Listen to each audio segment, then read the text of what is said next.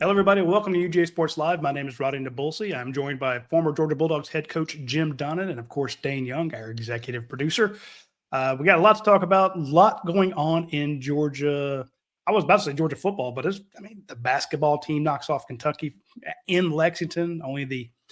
Technically, if you read the update at UGAsports.com, our own Dave McMahon, the guy who does all the stats when you watch TV, when they pop up, he pointed out that Georgia's beaten Kentucky 6 times, but one of those was vacated. So 5 wins in Lexington. Huge win for Mike White.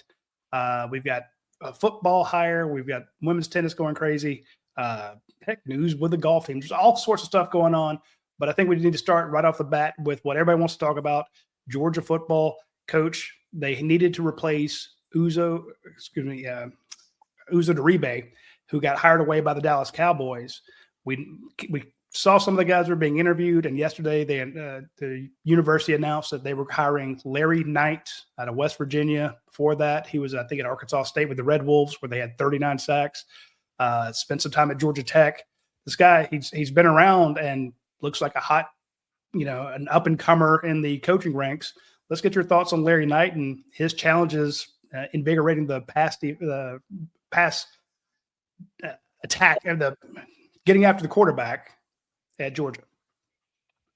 I don't know much about the guy because, he hasn't had any kind of dealings with anybody that I've coached with or know. So, but obviously he went through a rigorous situation to be hired here. I know they put everybody through the process that Kirby puts them through. So he must be outstanding to beat out some of the candidates. So it's just the way things are now, you can just interview a lot better from the standpoint of quickly. I mean, the fact that you've got Zoom, that you can just, hit your whole staff, regardless where they are, can get on with somebody and talk to them and get a good feel for them, and then eliminate some people, and at the same time carry the process even forward, and then bring them in and face to face, which is the last thing you do. But in the past, you had to set things up and get people here and go back and forth and all that. But now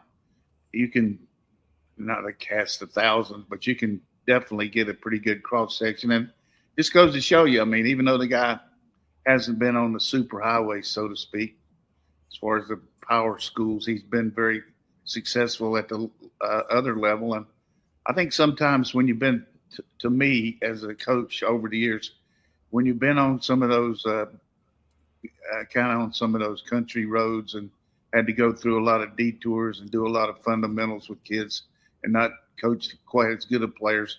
Once you get to this level, you're, a better coach because of what you've done to get yourself here. And I think the other thing is probably in his favor is he worked with our Nichols coach at Georgia Tech, and I think at Temple too. So, he's going to, for you better, if you're going to recommend somebody to Kirby and then go to work every day with him, you better do a good job of Good point. about him, so to speak, making that. But I think that, and it had to help. I've worked by that. He's saying, I've worked with this guy. I've seen him on the field. I've seen how he handles practice. I've seen how he does during the game. He's been really good recruiting. I've been in the home with him, as compared to somebody that you can't really say that about. Then even though the guy might be really good, I think that in-person guy on your staff really helps you. And so who's to say, hey, we might be getting Jeff Collins over here one of these days as an analyst.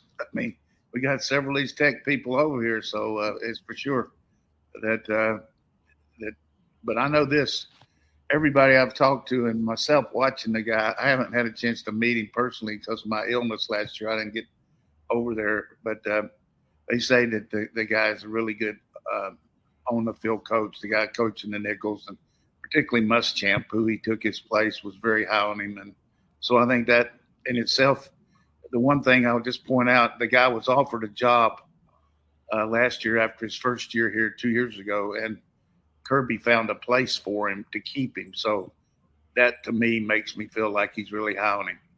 You're talking about Andrew Thacker. I had two questions on Larry Knight for you, Coach, just in looking through his resume. One, he's a native of Augusta. His parents still live there.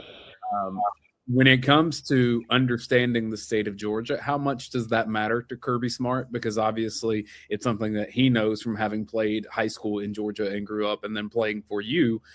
When he looks for assistant coaches, just understanding how to get to places, what your network is in the state, how important is that to him? Well, I think it's going to be important. It could be a difference maker if all things are equal. I mean, let's say you got a guy from out on the West Coast and then this guy, and they're even, then it's to your advantage because you're going to have some inherent advantages, knowing how to get around, knowing some people, having coached in the state before with the relations with the high school coaches. So that's a plus when you check that box, familiarity with the region. But in the end, it's going to get down to on the field coaching and recruiting.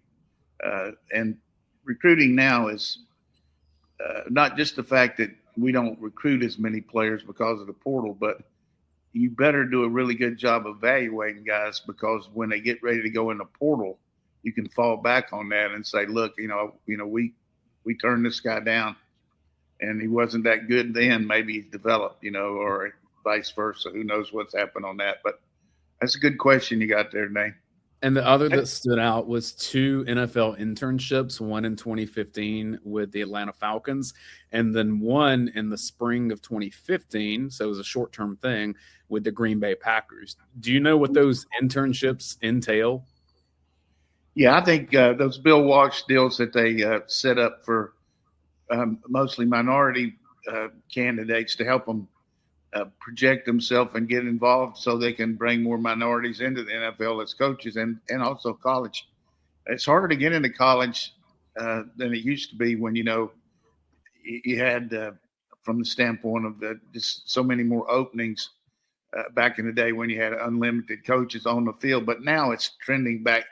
It's easier because you're getting some more to get in these analyst roles like we used to have. So I think the paradox there is the fact that you've got a really good young coach who's had a chance to be around go to the meetings, watch the coaches on the field, interact with them. Is invaluable as a young guy to go visit the Packers and spend 3 or 4 weeks with them, or Cleveland Browns, whoever it might be. And we've had numerous guys here. I know the last couple of years, Javier King, one of our analysts for the special teams, has gone to, one year he went to Miami Dolphins, and the other year I helped him with Andy Reid, and he went out to the Chiefs. And just like Javi said, every morning I was in the 6 o'clock in the morning, I was in there working out, and Andy Reid was in there, in the weight room, and I got to say hello to him. And, that's got to be great. But then you go to the staff meetings, and then you go to the meetings showing them what they do on the field and learn the techniques. And definitely this guy's got a good background. And the other thing, Rich Rodriguez, who, I've said before, when I was at Marshall, he was coaching up at in a small school up in northern West Virginia, and he used to come down to our practices and our clinics and all, and kind of just talk ball with us. And I've stayed up with him over the years. And so I asked him yesterday what about this guy. He said he was really good. He said he only had him for a couple months, but he was a very good young coach. So that means a lot to me that Rich Rod would say that. Not that he needed to tell me that, but I just thought I'd throw that out for everybody. I think you're right. When we can sit here and second guess Kirby Smart's decisions on transfer portal stuff or quarterback play and stuff like that, but when it comes to picking coaches, you can't touch him there. To find Glenn Schumann, give him his first opportunity to, not too many people knew who the hell Chidera Uzo-Diribe was when he came in. He's taking guys on. They've blown up. We talked about the, a position coach going, Fran getting the head job at Syracuse. Kirby sees talent. He develops it as coaches. The coaches talk about how hard he coaches them. And, okay, we don't know Larry Knight that well, but, when he was at Arkansas State, they had 39 sacks. That's 3 a game. And I'm with you, Coach. When he wasn't doing it with Leonard Floyd over there. You got to coach up what you got. So you cut your teeth at some of the smaller schools. Kirby sees that, he develops it and brings them in. So I won't second guess him there. And I like the fact that he is from Augusta, Dayne, as you were pointing out. That helped with Josh Crawford. Josh Crawford coached at some of the biggest schools in the state of Georgia. It helps to know this. They still recruit very strongly. Georgia first, and then work their way across the board. So you get a guy from Augusta. I mean, Evans High School, all the talent there, all into South Carolina. Give me a coach from the eastern part of the state. I'll take that in a heartbeat. That's just me talking. Well, and tangibly, let me explain what I think this looks like to have someone that has that kind of network in a region within the state. Because when I was on local TV, Del McGee was running Columbus. And to this day, Del McGee would get a heads up. Hey, there's this 7th grader that's in middle school right now that, man, like it's already standing out. And we haven't seen anything like this in the last 10 years. Like Del would have that kind of heads up because people around him know you got to tell Del about this guy. And that's how it funnels up there because those relationships are so deep and embedded in those communities. Yeah, Harry, and to me, I think it's good we're getting Larry, but also Robert Edwards. I can't say enough about the impact that I feel like Robert will have just because of what he stands for. First of all, the kind of man he is, but the background he's had, tremendous player in the college and pro, and then undergoing such a horrific injury and fighting back from it and showing the tenacity that he's shown. And then the success he's had in coaching, things didn't work out for him quite as well down at his old alma mater there at Washington County. But it might not be Washington County. I mean, it's down there. Yeah. House of Pain. That's it. Yeah. So anyhow, but Robert would be, to me, kind of like Warren Erickson here. He's played here. He knows it. And here you got 3 guys on the same team, and Bobo and Robert Edwards, and now Kirby, the head coach, that what you did to get where you got to get to get as a player. And now reaching out to Robert when we lost Hill to Colorado State, who actually got hired there because he had interacted with a guy that was a GA here who's now at Colorado State. It's all knowledge of who you know and all that, but you got to still be efficient enough to get the job. And I just think that Thacker probably opened the door for Larry Knight, and then he did the rest on his own. I'm with you. I love the idea of Robert Edwards coming back. And it was tough for me the first time I interviewed Robert Edwards after a high school game.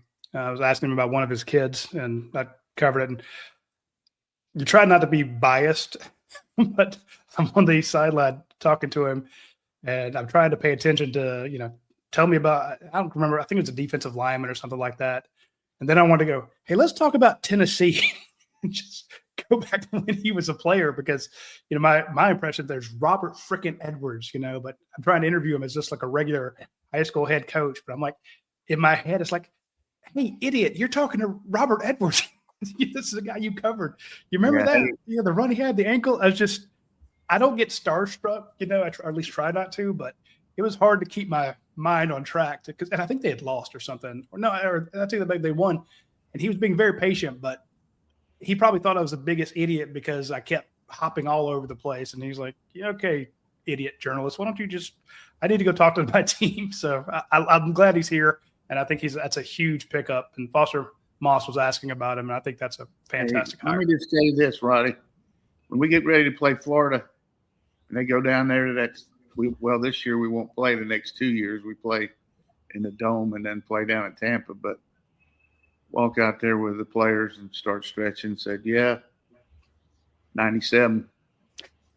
I hung up 4 TDs on this guy.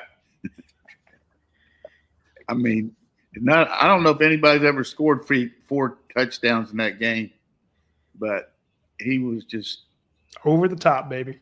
And, what's your best Robert Edwards story, Coach? Is it that game, or is it something from practice or a meeting?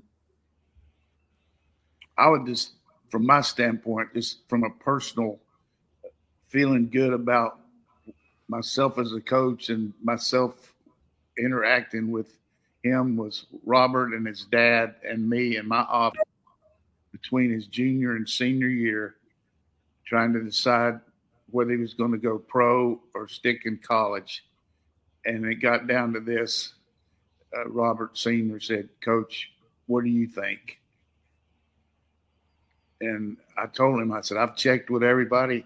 I really feel like he can go pretty high, but I think if he comes back, he'll be first round because we've got our system in place. I've had a lot of success with backs over the years that, once they got involved with our group and got better at it, things started rolling." And he said, "That's good enough for me." I mean, from my standpoint, and I'm sure they talked to other people too, but, I had a lot of good feeling about Robert anyhow, but my relationship with his dad, but that was very, and of course his mom, I went over there to that place between Robert and Terrence. I don't know how many times I stopped at that Dairy Land, but whatever the name of it was. Dairy Lane. I know it well. I wore that place out between Jesse Miller and him. And Jesse Miller just chaps my ass, the fact that things didn't work out for him academically and wasn't able to come in here. We had those other linebackers too. I mean, Boss Bailey and all those other guys, but Jesse Miller, I mean, you can't believe how that guy could run. I mean, unbelievable. The fact that we had Jesse Miller coming in here, and then in 1 year, Jesse Miller was ineligible along with Reggie Brown and Durrell Robinson. All three of those guys God, man, those are three pretty good players. Didn't play their first year. So it was Pete Carroll that drafted Robert Edwards in the first round. So that comes to fruition for you. Did you have a chat with Pete leading up to that draft? Sure did. Pete, Pete coached at NC State with Monty Kiffin back in the early days. He was a young coach for Monty, and I got to meet him there and kept up with him over the years. But, all those coaches, when they're going with somebody in the first round, they'll check you out and talk to you about him. And, you really don't have any clue how explosive and strong the guy was to go with his speed. And after the fact, it's easy to sit around, oh, hey, he had all this. And then he was a great athlete too, good basketball player. But you had a basketball team with Champ Bailey and Robert Edwards on it, and intramurals. It wasn't even fair. I mean, just ridiculous. And I like that. People are talking about Andrew Thacker coming over from Tech, and he's very well respected as the defensive coordinator at Tech. Comes to Georgia, gets to work under Kirby. Kirby fights to keep him when he has other job offers. Just goes to show he's like, look, I've got a fantastic defensive coordinator on just my nickels. Now, granted, it's a bring trust. I get that, but he's like, I got one guy dedicated for that. I've got this young up and comer on my outside linebackers, my edge guys. I've got Trey Scott, the legend, working the defensive line. So you've got guys with good resumes, and as Dayne was pointing out, you have certain guys who come back, like the Robert Edwards, the Warren Ericksons. I'm sorry, Coach, you mentioned him. I was talking to an offensive five-star, Mark Matthews, five-star offensive tackle. I think he's the number one tackle. And, Coach, when you look at this guy, he looks like Broderick Jones, Paris Johnson. I mean, he looks like built in a lab, this 6'6", 305-pound offensive tackle. He looks NFL ready today. And he talked about, the new coach, Phil Rauscher. He talked about Stacey Searles, but he also is talking about Warren Erickson. It's like, so the guys who have have the fire, the passion and energy that Kirby is looking for. He wants that from his staff too. These are guys who had blood, sweat, and tears. I remember Warren Erickson playing hurt for Georgia. You remember Robert Edwards getting hurt for Georgia. Mike Bobo's taking a beating. He played every position too. He played center, guard. Played that 1 year with a broken hand. I can just tell you right now, Warren Erickson is the Vince Lombardi of young coaches. I mean, that guy has got it. I mean, he's just so – and I've been around it since the Depression, man. I've seen coaches come and go and all, and he just got that it factor. I mean, he needs to get a T-shirt with it on it because he knows how to – he sees the forest – for the trees, you know what I mean? He can spot a situation at practice where a guy's not because the whole thing for our fans out there, just from a logistical standpoint, your scout team has got to perform at a level that is really close to what the other teams you're playing against. So you give a good show to your team. So if a guy lines up wrong or a guy does something wrong, that's a wasted rep for all 11 of your either first or second team. And you don't have that many. So the preparation that goes into teaching them the other team's plays, getting in the right stance, like that right tackle for Tennessee never gets down. So you go up there and you're running a couple plays against the offense, and that right tackle on the scout team's in a 3-point stance. Well, that's just a little thing, but you go up there and say, look, I don't want you to get anything but a racehorse stance, where you're standing up the whole time, or your splits. They take really narrow splits. I'm talking about foot to foot. I don't want a gnat's ass between your foot and the other guy's foot. Or they take humongous splits. Ever how far you're splitting, I won't say anything to you. Split wider. I mean, all those little things that present a vivid picture to your scout team is so critical. And you've got to have somebody that knows the other team's system by studying it and watching the tape. But I've seen him go out there before practice and get the scout team and walk them through everything. And we do that with most positions, but walk them through what they did wrong the day before and make sure this can't happen again. And I'm sure Kirby's already talked to him about that. But I've seen some good guys come and go through here as young coaches. But this guy right here, I mean, I hope we can keep him as a full-time guy eventually. But he's and I'm not going to go overboard any more than I have because it's not fair to some of the others. Because you saw the same thing happen with the guy that went to the Philadelphia Eagles. I mean, did a terrific job for us here and moved on up. His dad was a assistant coach here for a long time, and Gummy did a great job for us and is doing the same thing. And there's plenty of them, and I think that's one thing that Kirby's done here: bring people up from within a system. I mean, he started out Anna Corson, who now is Anna DeFabio since she got married, as in the working underneath Nealon Raper there in ops and all. And now, as soon as she can run the whole picture now. Been here 4 years. She knows how to do all that stuff. So it's just I think excellent CEO. Kirby's excellent CEO of getting the right personnel here. I think of one of the biggest questions I had when Kirby first got hired, Coach, was I thought, Kirby's coming. He's going to bring Scott Cochran. Now, he did later on. But remember when he first came to Georgia, that, we thought that's the guy he wanted. I'm pretty sure he offered him or something.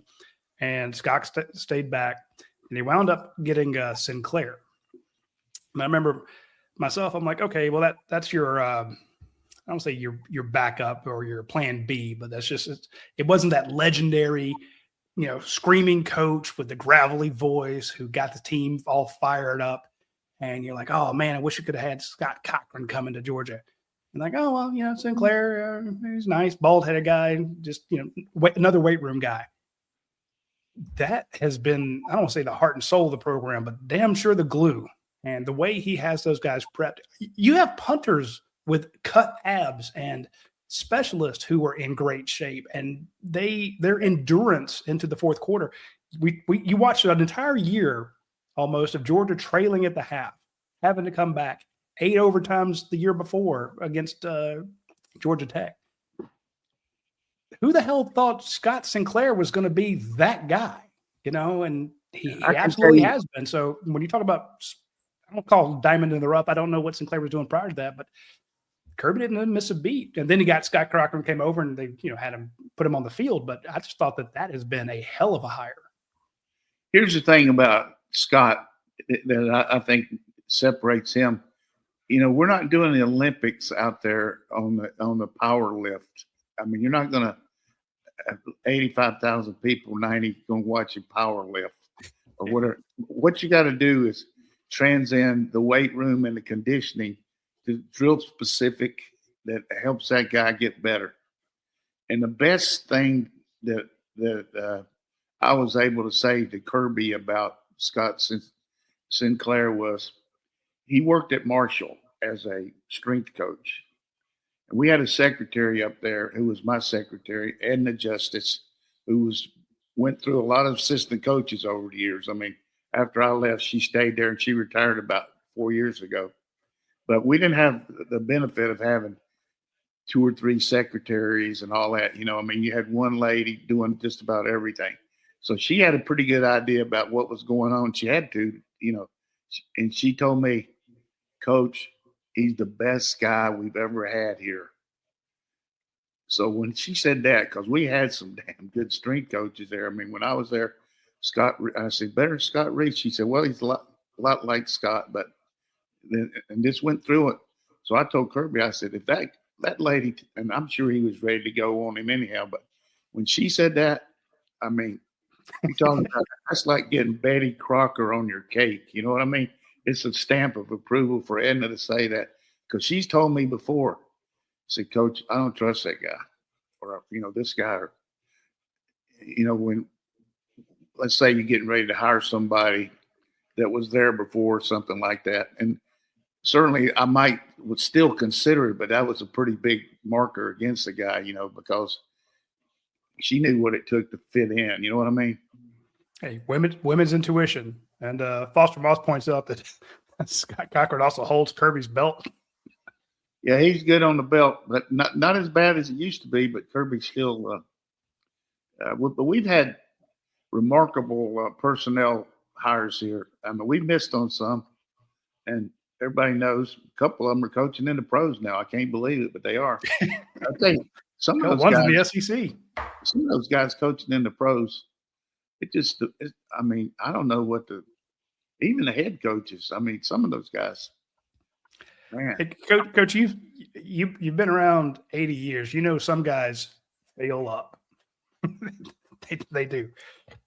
They got a lucky star. So yeah, I mean, they go the way these guys. They coach, and then the staff gets fired, and then 3 weeks later they're coaching with another team. It's NFL takes care of its own. That's the way they move around.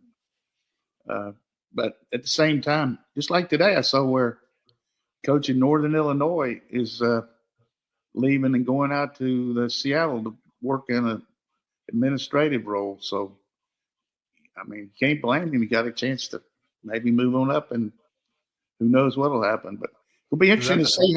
Interesting to see the battle between Seattle and the Raiders as far as personnel, because the offensive coach, just took over the Raiders job, and the guys at the Seattle are trying to get the coordinator's job, and they're probably holding that over Mike McDonald's head. Hey, if you don't make me the coordinator, I'm going to the Raiders or something like. I mean, not exactly like that, but I know that to this point nobody's been named the coordinator at the Raiders, either one, but Seattle's got to do something. That's what's tough about when you win, you lose those good guys. Yeah, Georgia's had that issue as well. Speaking of merit or meritocracy, I want to mention our friends over at Darden's Delights.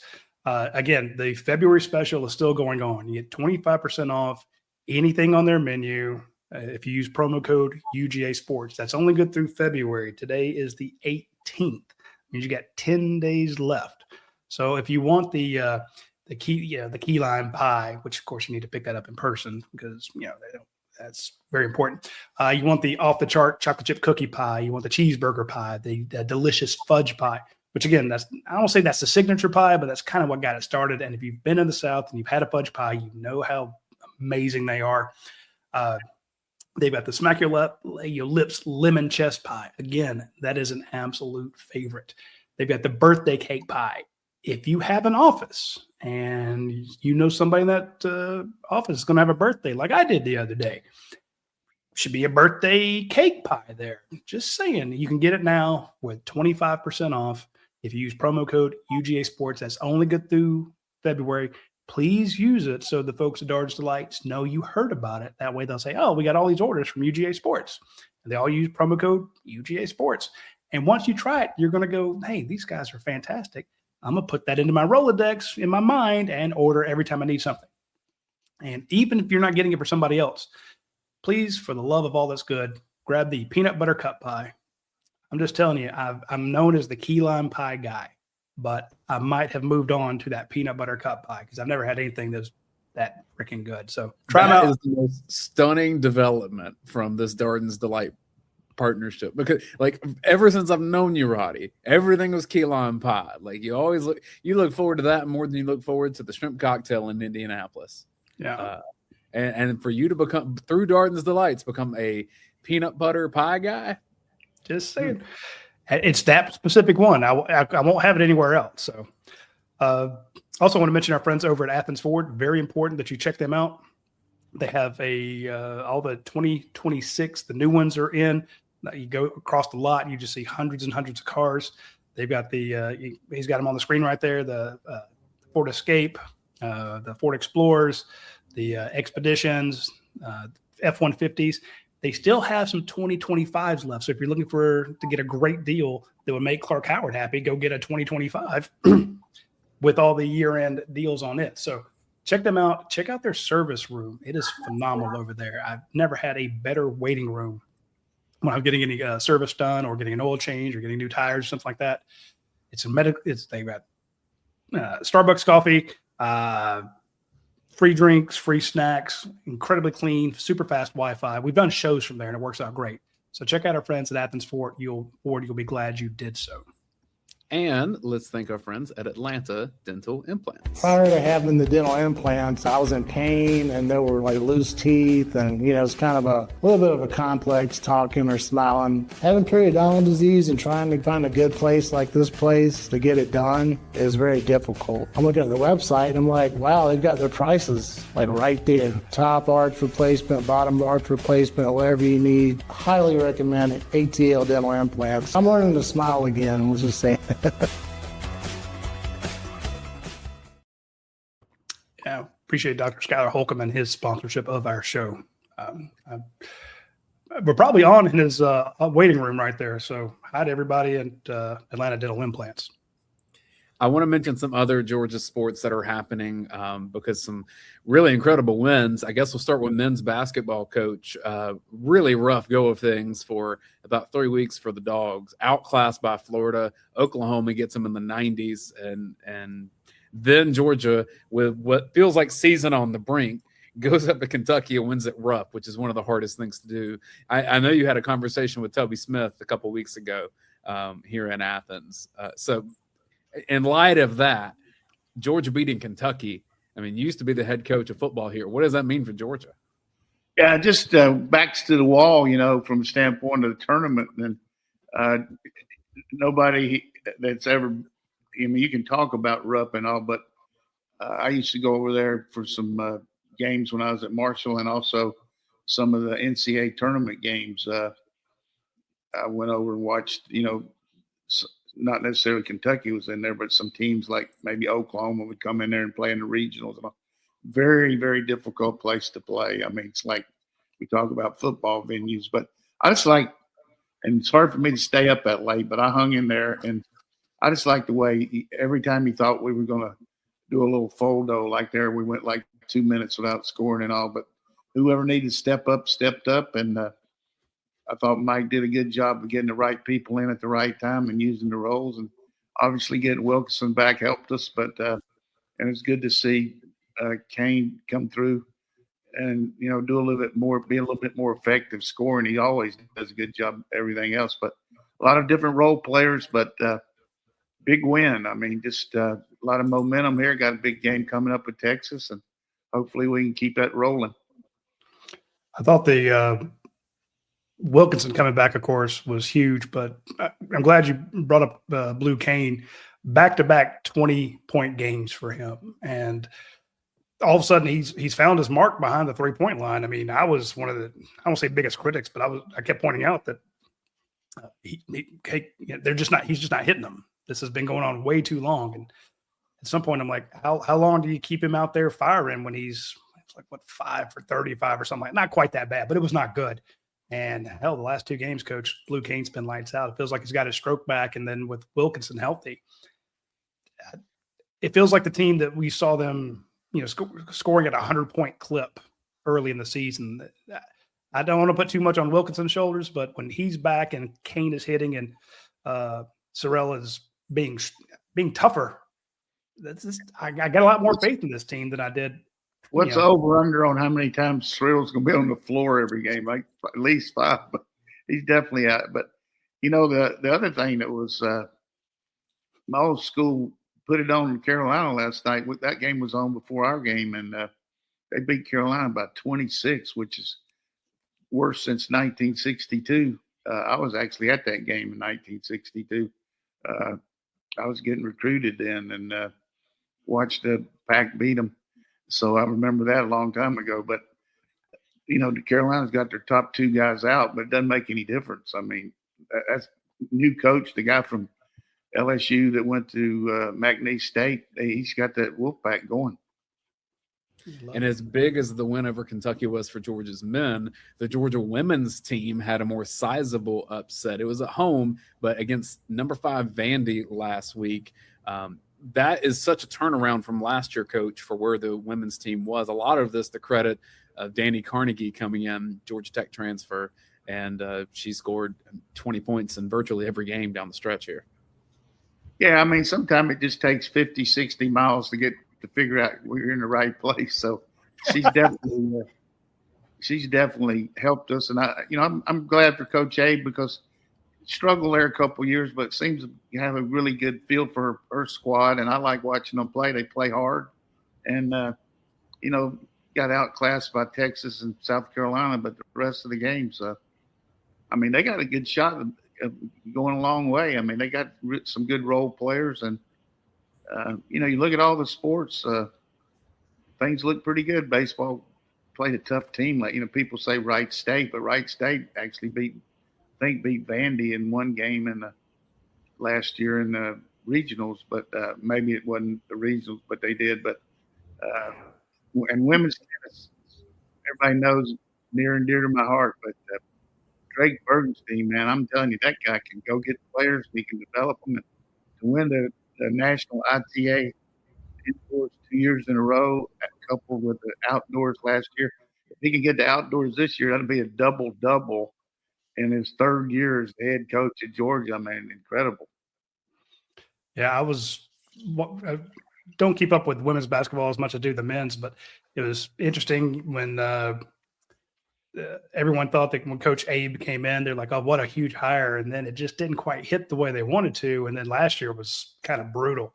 They're like, we told you this wasn't the right hire, but hell, she's got those women playing fantastic. So shout out to them. And again, women's tennis, that clincher. I always love the clincher point in tennis.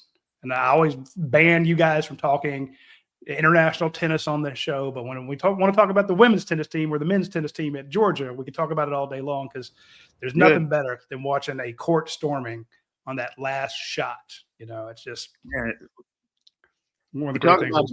Talk about women's basketball. I mean, that team UConn's got right now, they got some people on their second team because they got some NIL girls that have transferred in there that are waiting in line, and they got a freshman that's playing a little bit that's probably better than a couple of them, but they're going to have a real off day or miss the bus or something to lose it because, just very unbelievable talent.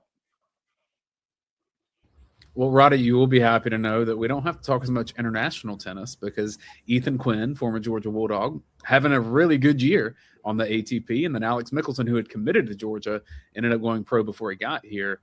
These Georgia guys are kind of taking over the American tennis scene.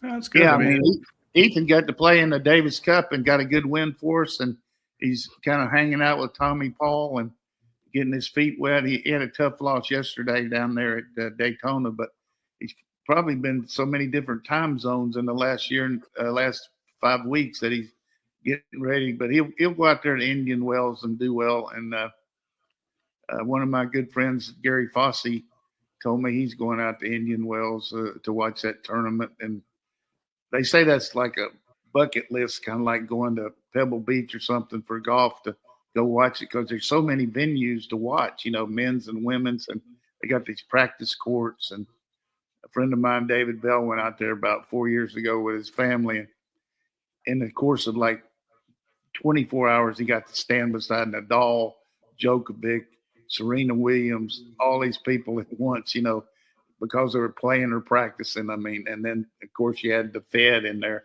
He was finishing up too. So it was pretty strong. You mentioned the guys kind of – I almost feel like it's been forever since since the last Georgia guy basically defined American tennis. So I guess that's the University of Georgia's role now is to do it. But I'm thinking of the Georgia golfers on the PGA Tour. You have all these dogs on tour.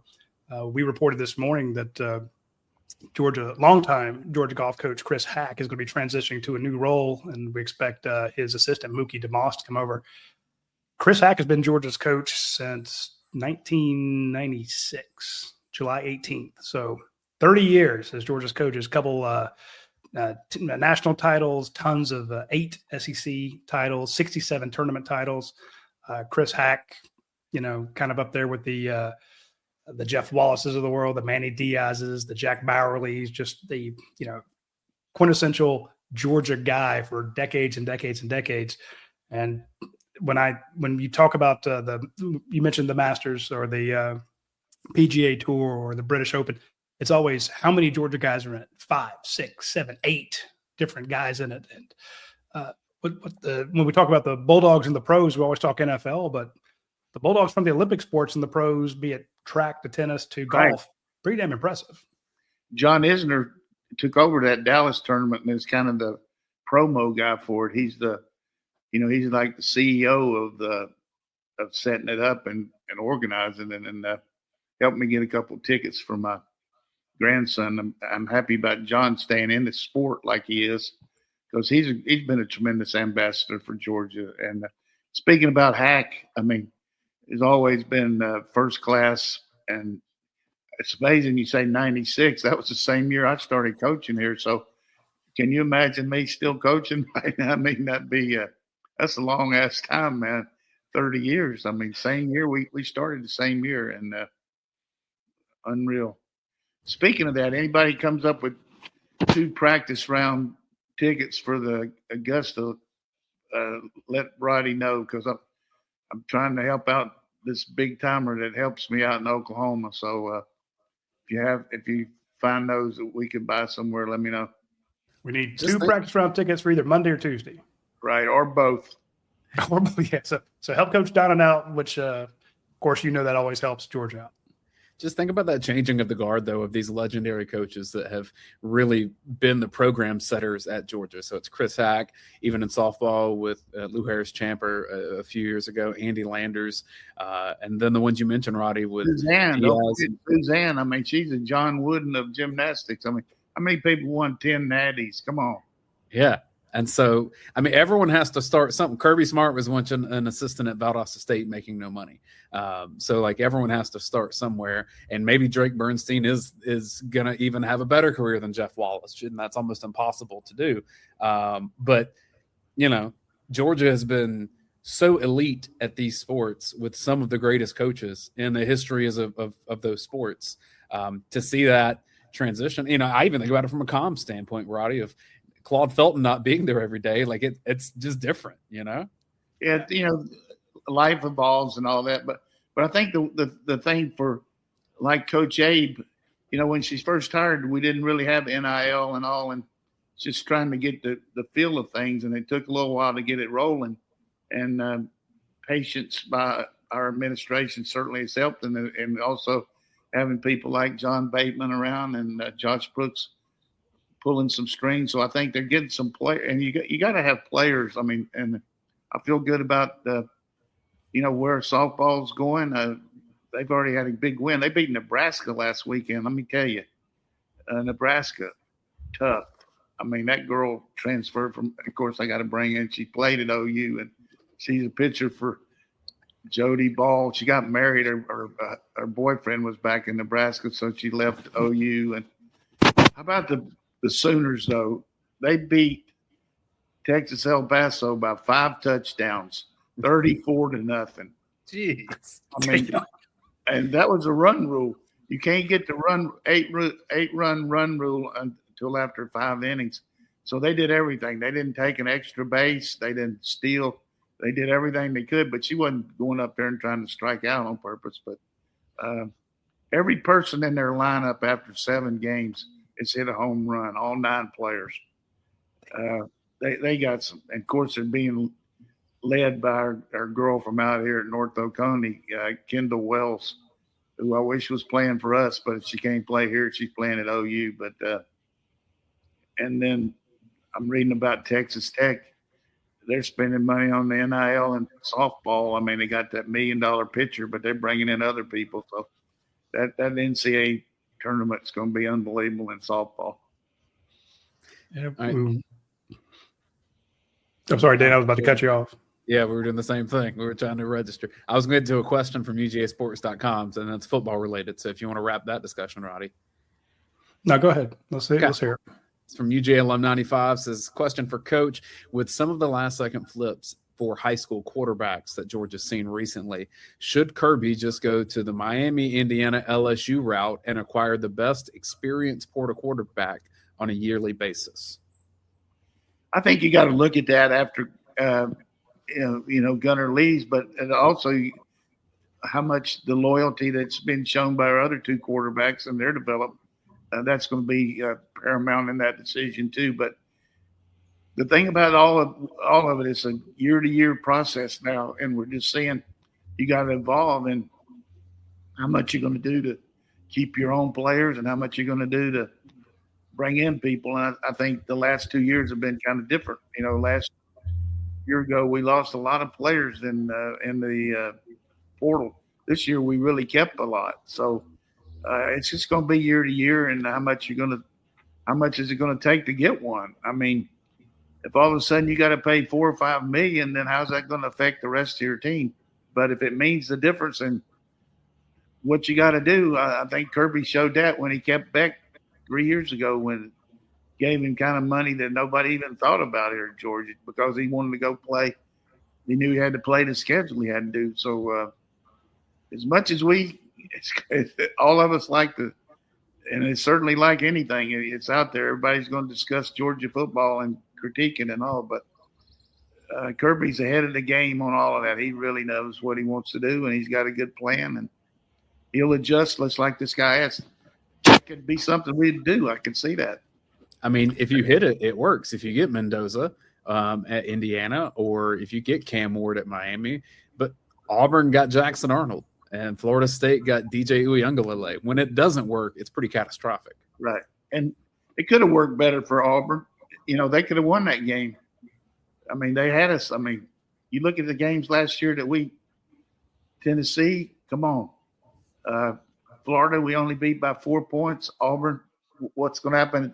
So we lost a couple tight games. We won a couple too. So every year is different. And certainly from a quarterback perspective, having an experienced guy coming back, and the amount of starters we got, I think we got 8 starters on offense and like 10 on defense coming back, people that have started, plus our place kicker, who is golden. Yeah, I think you're right, because I remember them talking to Jackson Arnold and bringing him in, and they brought in, different quarterbacks because, hey, it's going to be Gunnar Stockton's first year. They looked at it, but the bidding wars on some of those guys went crazy, and it's only getting worse. And I think, Dayne, you're right, because we can point to the Mendozas of the world who really worked out well. Carson Beck got his new team to the championship. So we can say, well, the transfer quarterbacks are the ones who are, they're experienced and they all work. No, a lot of them don't work. You were talking about Jaden Rashada earlier. That was, there's a transfer. Did he play? JT Daniels really didn't. Georgia's seen its fair share of transfer quarterbacks that haven't worked out. So has Clemson and, a lot of other teams.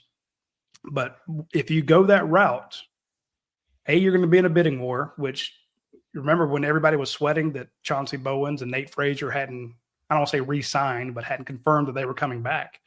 You needed to have a war chest to keep those guys. You needed to keep Justin Williams and Chris Cole and Raylan Wilson and all these other guys that you definitely, you can't tell me not everybody in America came after Elias Williams or Ethan Barbour or Talon Taylor. They're going to reach out to those guys and try to get them. So you kept your powder dry. You used your money instead of going $5 million into one guy who might be better than a Gunnar Stockton or a Ryan Puglisi. You went across the board, kept everybody, and maybe next year you're like, I don't know, one of these guys can do it, and you have to go in $5 million. But if somebody outbids you at the last second, now you don't have the guy you've developed, nor do you have the transfer quarterback. So it's dangerous to go shopping each year to replace a major need, especially a quarterback, even if they're proven, because you don't know that you're going to get them. So and I think I don't like relying on the portal. It makes me. I want to supplement it, but I don't want to rely on it. I don't want that to be my MO. In our case, though, it wasn't the money situation that everybody always talks about. It was if you were to have gone after a quarterback in the transfer portal, you would have completely obliterated the offensive quarterback room. Oh yeah, because not only would Gunnar have left, the other two would have left too. So you're starting from scratch from a backup perspective and a new guy coming in to fit in with the system. So you look at the overall situation as much as you look at the one guy. You look at how's it going to affect everybody else. I mean, just like I see where Green Bay's getting ready to franchise that quarterback that played for Liberty and keep him, even though he's the backup. And as soon as Love saw that, he's asked to be traded because they're basically telling him, hey, he's our guy. You know what I mean? We want to keep him. So yeah. And same thing with Walker out at the Seattle team. Everybody saw him play so great in the playoffs, but their best back had his knee injured and then got an ACL, Charbonnet. And so are they going to put a franchise tag on him for $11, $12 million and lose some of their better players where they can just let him go and get another back? I mean, Dayne brings that up all the time about how much the backs are worth or not, but it's a tough deal there. And we're having to learn how to do it in NIL just like pros do with the salary cap. Apparently Georgia's not done hiring guys. They've added Robert Edwards. Of course, we mentioned they added Jalen Harris and David Whitlow as new offensive analyst. He's the one from Kennesaw State. Yes, sir. Then I think he is. Yeah. They added Maurice Smith, which we already reported, and Gordon Redfield Gale have been added as defensive analysts. So 5 new offensive and defensive analysts. Well, here's what happens. These guys do well here. They know the Georgia system. They've been in the program. They've been in all the meetings. They've been in on the recruiting weekends. And a friend of theirs or a new coach gets a job. Hey, here's a guy from Georgia. He knows all the ins and outs of it. And that they go, and it's not just in that area. It's in the recruiting. People come in here and work for free for a year under Ellis and people like that. And what happens is they know how to evaluate players. They know how to, set up tapes. They know how to do all that. And so a coach gets a job like at Charlotte or Georgia State or Georgia Southern, and he's got to have a young guy come in there and be in charge of his recruiting. Hey, let's hire this guy from Georgia. Nutrition. Hey, let's get this girl from Georgia, North Carolina now, because she's worked there. I mean, and strength coaches. I mean, we get 2 or 3 strength coaches, because we got 4. We lose at least 2 every year because of the same thing. I love it. That's and think about it. When you have that on your resume, it opens doors. It really does. If you hear about a guy, oh, well, he worked at Alabama, you're like, oh well, then he probably knows something, Oh, he worked at Ohio State. Oh, okay, he probably knows something. Hell, I got a job because I worked at ESPN. I was terrible up there. I'm terrible here, but it opened a door because I'd been at ESPN. It counts for something. I'm just letting you know. So. Yeah, I agree. All right, Coach, let's wrap up with your joke of the day. All right. So everybody knows about Billy Graham, the evangelist, went all around the world. And made all these big deals, and he's flying back into Charlotte, and he lived right near Charlotte, and this guy picks him up in the chauffeur limousine, and Billy gets ready to go, and he said, "Look, I only live 8 miles from here. I'm 87 years old, and I've always wanted to drive a limousine. Let me drive this limousine and take me home." And the guy said, "Okay." So he moves around, gets in the back. Billy gets under it. And at the same time, there's this new patrolman that had been hired by the highway patrol that the captain said, "Look, I'm going to put you out on 85, and I want you to try this radar out, but I'm not really interested in you catching a lot of people and everything. I just want you to see how it works. And if you get somebody really going fast, then call me up and tell me about it, because I'm not interested in you mishandling something here first day on the job." So Billy gets that big chauffeur limousine out on 85, and he's crashing around about 90. And so this guy pulls him over and said, "Let me see your license." And he looks at the license, and he said, "Oh," and he goes back to the squad car and calls in the dispatch and said, "Hey, got a real problem out here, Captain." He said, "What do you mean?" He said, "This guy that I stopped is really, really, really important." He said, "Well, what about him?" He said, "Is he a athlete?" He said, "No." He said, does he work for the government?" And he said, "No." He said, well, who is he?" He said, "I think he's Jesus, because Billy Graham's his chauffeur."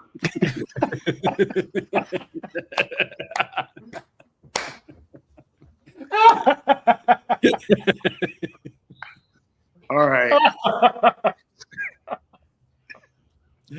I want our audience to know that before the show, Coach called his shot. He hit the Babe Ruth and he delivered.